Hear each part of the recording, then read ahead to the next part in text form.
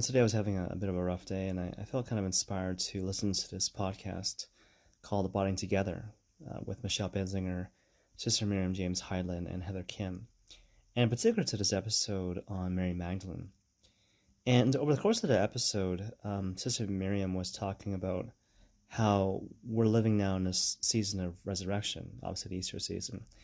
And she was reflecting on this idea of, examining our hearts and seeing what part of our hearts are kind of in exile right now, which should be brought to the Lord.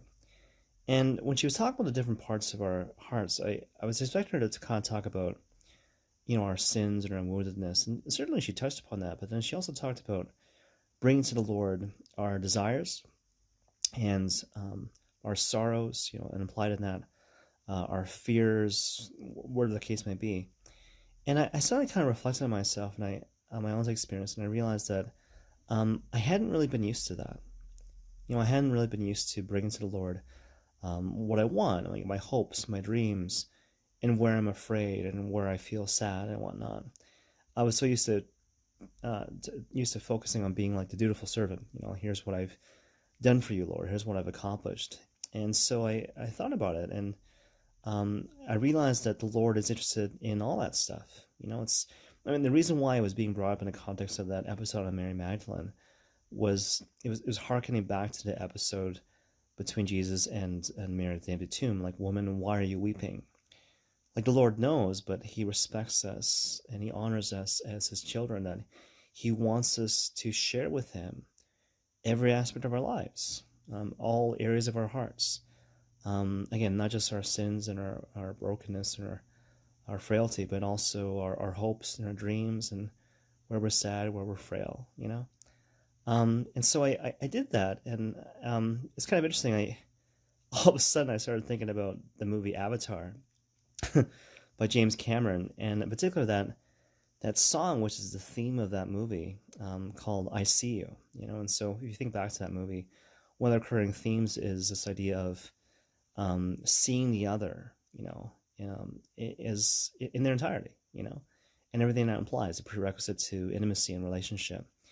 And I started playing that song from YouTube, a version of the song that showed the lyrics, and I imagined Jesus speaking to me through that song. Now, it's not all hit or miss.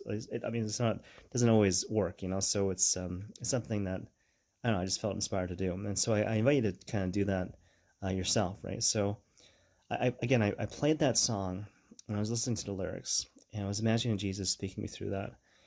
And I felt like Jesus was kind of saying to me, I want you to see yourself, your present and your future, in light of my providence, in light of my love. And I realized that, first of all, the Lord, he sees everything, right?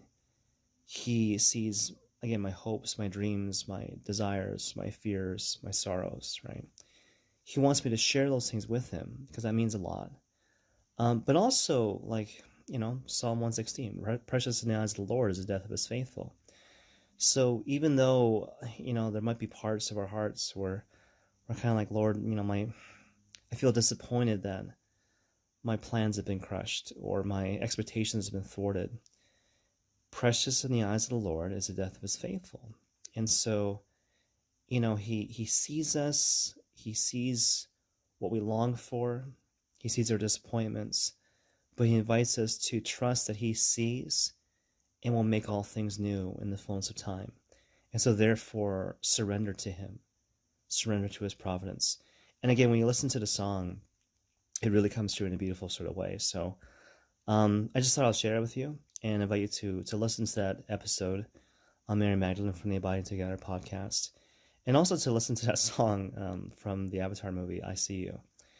And especially one with the lyrics. And again, imagine Jesus speaking to you through that and see how it doesn't completely change your life.